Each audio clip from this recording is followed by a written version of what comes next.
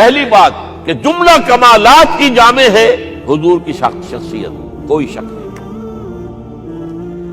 اس میں وہ شعر جو ہے حسن یوسف دم عیسیٰ ید بیضا داری آنچ خوما حمد آرد تنہا داری، بہت صحیح۔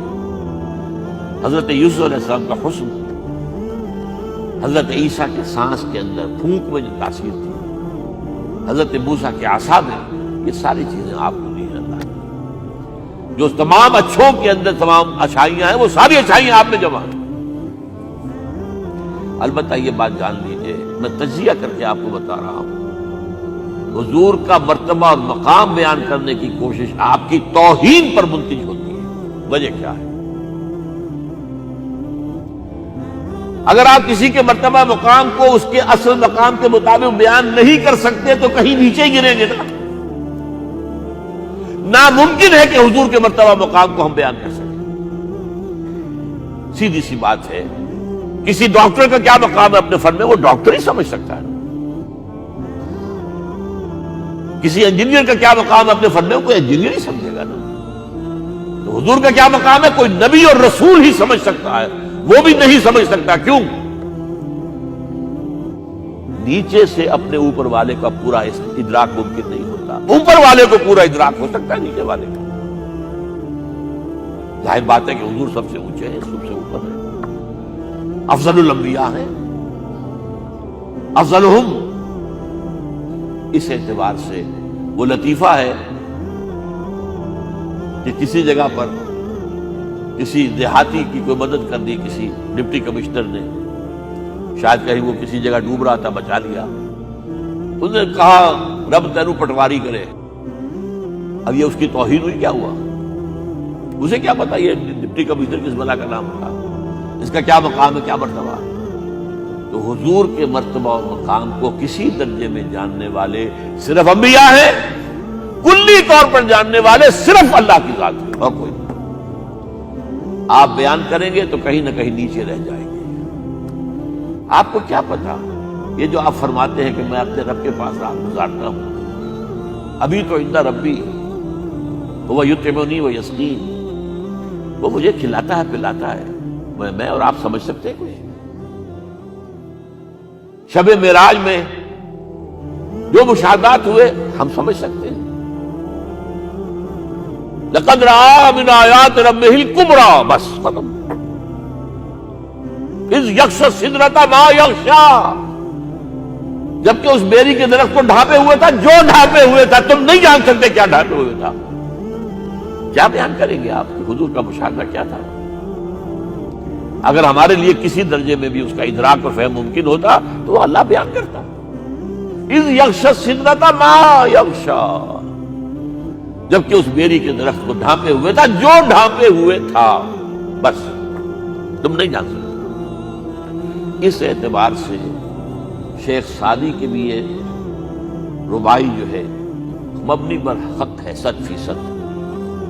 یا صاحب الجمال و یا سید البشر من وجہک المنیر لقد نور القمر، اے جمال اور کمال والے، اے سید البشر، تمام انسانوں کے سردار، آپ کے چہرے انور کی روشنی ہی سے چاند کو روشنی ملی ہے۔ لا یمکن الثناء کما کان حقہ، ممکن ہی نہیں ہے آپ کی ثنا جتنا کہ اس کا حق ہے۔ یہ بات میں نے بیان کی ہے، آپ نے شعر کے انداز میں پہلے سنی ہوگی، لیکن میں نے اس کا تجزیہ کر کے بتا، ممکن ہی نہیں ہے کسی انسان کے لیے کہ حضور کے مقام اور مرتبے کو بیان کر سکے۔ جو کوشش کرتا ہے، جرات کر رہا ہے، جسارت کر رہا ہے، کہیں نہ کہیں توہین کا مرتکب ہو جائے گا۔ ہاں، بحیثیت بشر ہم پہچان سکتے ہیں حضور باپ کیسے تھے، حضور شوہر کیسے تھے، یہ ہمیں سمجھ میں آ جائے گا۔ حضور حاکم کیسے تھے، حضور منصف کیسے تھے، حضور سپہ سالار کیسے تھے۔ تمام جو بھی حیثیتیں ہو سکتی ہیں دنیا میں انسان کی، وہ تمام حیثیتیں جمع ہیں حضور کی ذات کے اندر۔ داعی بھی ہیں، مبلغ بھی ہیں، معلم بھی ہیں، مربی بھی ہیں، مزکی بھی ہیں، سپہ سالار بھی ہیں، صدر مملکت بھی ہیں، کیا نہیں ہے؟ ہر ایک کے لیے اسوہ ہے، ہر ایک کے لیے اسوہ ہے۔ صرف ایک نوٹ کر لیجئے، نقطہ آ گیا ہے ضمنی طور پر، آپ کے اسوے میں ایک خلا ہے صرف. آپ کہیں گے میں توہین کر رہا ہوں، بات سمجھ لیجیے میری. ایک عورت کے لیے اس کی نسوانی زندگی کے لیے اسوہ حضور کی ذات میں نہیں ہے، یہ خلا ہے. یہی وجہ ہے، یہی سورہ مبارکہ احزاب جس میں یہ آیت آئی ہے لَقَدْ كَانَ لَكُمْ فِي رَسُولِ اللَّهِ أُسْوَةٌ حَسَنَةٌ، وہاں آپ کی ازواج کو قرار دیا گیا ہے مسلمان خواتین کے لیے. اصل میں اسوہ وہ ہے. یا نساء النبی لستن کاحد من النساء، تم عام عورتوں کے مانند نہیں ہو. یہ حضور کا اسوہ جو ہے، جو ازواج مطہرات کے ذریعے سے ایک خواتین کا اسوہ جو ہے وہ امت کو ملا ہے. باقی کوئی انسان جس حیثیت میں بھی ہو، آپ اندازہ کیجئے 5 وقتہ امام بھی مسجد نبوی کے محمد ہیں اور خطیب بھی محمد ہے صلی اللہ علیہ وسلم. آج ہمارے ہاں 5 وقتہ امام کوئی اور ہوتا ہے. بڑی مسجدوں میں خاص طور پہ مغرب عشاء اور فجر کے اور ہوتے ہیں، ظہر اثر کو ایسے رکھاتے ہیں. اور یہ خطیب صاحب تو ظاہر بات ہے، خطیب صاحب ہے، وہ تو جمعے کو آئے گے، اللہ اللہ کر سکتے. وہاں یہ ہے کہ 5 وقتہ امام بھی ہیں اور آپ خطیب بھی ہیں، مدرس بھی ہیں، معلم بھی ہیں، مربی بھی ہیں، مزکی بھی ہیں.